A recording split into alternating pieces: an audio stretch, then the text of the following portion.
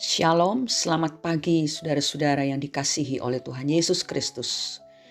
Pagi ini Minggu 16 April 2023 kita dipertemukan oleh Tuhan untuk bersama-sama duduk tenang di bawah kaki Tuhan, menerima firman-Nya. Renungan hari ini berjudul Memiliki Pengharapan.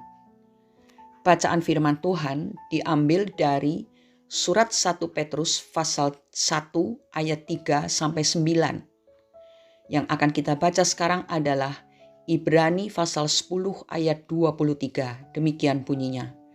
Marilah kita teguh berpegang pada pengakuan tentang pengharapan kita, sebab Ia yang menjanjikannya setia. Saudara-saudara, masa depan adalah hal yang paling erat sangkut pautnya dengan umat manusia.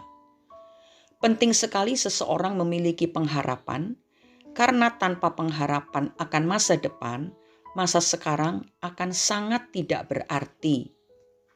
Di dalam Kristus, orang Kristen memiliki pengharapan. Akan tetapi, Kristus memberi kita lebih dari sekedar pengharapan akan hidup yang akan datang. Ia juga memberi pengharapan untuk masa sekarang selama kita hidup di dunia fana ini. Pengharapan masa depan akan membuat seseorang memiliki motivasi untuk berkarya dan merasa hidupnya memiliki arti yang tak ternilai, baik untuk masa sekarang maupun untuk masa yang akan datang. Pengertian tentang pentingnya memiliki pengharapan dikembangkan oleh seorang ahli penyakit jiwa berkebangsaan Austria yang bernama Viktor Frankl. Selama tahun-tahun yang dialaminya sebagai tawanan Yahudi di sebuah kamp konsentrasi Jerman. Hidup di situ tentu saja kejam dan brutal. Para tawanan dipaksa untuk bekerja keras dan hampir-hampir tak memperoleh makanan dan pakaian, serta tidak memiliki tempat untuk berteduh yang layak. Setelah beberapa bulan, Frankl mulai mencatat bahwa beberapa tawanan mulai ambruk di bawah tekanan dan menyerah, lalu mati. Sementara yang lain meskipun berada dalam kondisi yang sama, tetapi mereka terus bertahan hidup. Banyak hal yang membuat para tawanan itu tetap bertahan hidup. Misalnya, seorang tawanan yang mempunyai pacar yang akan dinikahi segera setelah perang berakhir. Mengapa demikian? Sebab cinta dan kasih yang tersimpan di dadanya membuat semangat hidupnya tinggi, sehingga mampu menghadapi tekanan fisik dan mental yang sangat berat sekalipun. Frankl menyimpulkan bahwa jika seseorang mempunyai suatu alasan untuk hidup, ia dapat tahan menanggung tantangan di hampir semua segi kehidupan. Tetapi, jika seseorang tidak memiliki arti hidup dan tak ada pengharapan, seluruh struktur kehidupannya akan hancur. Berdasarkan pengalaman yang nyata itu, Frankl yakin bahwa memiliki pengharapan dan arti hidup adalah dasar dan pendorong yang cukup penting bagi manusia untuk mempertahankan keberadaannya.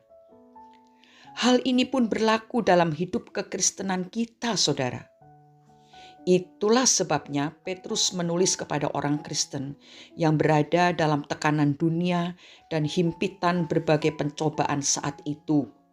Dalam 1 Petrus 1 ayat 7, di sana tertulis, maksud semuanya itu ialah untuk membuktikan kemurnian imanmu yang jauh lebih tinggi daripada emas yang fana, yang diuji kemurniannya dengan api, sehingga kamu memperoleh puji-pujian dan kemuliaan dan kehormatan pada hari Yesus Kristus menyatakan dirinya.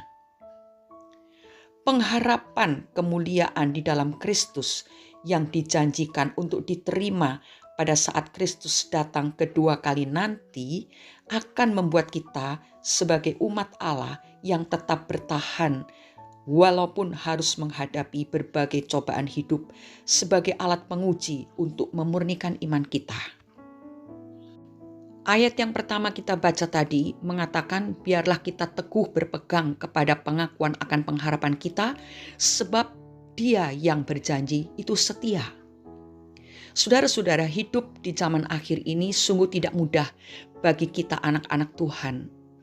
Kita harus hidup dalam kebenaran firman Tuhan, tetapi itu akan menimbulkan banyak tekanan, banyak kesulitan yang kita hadapi.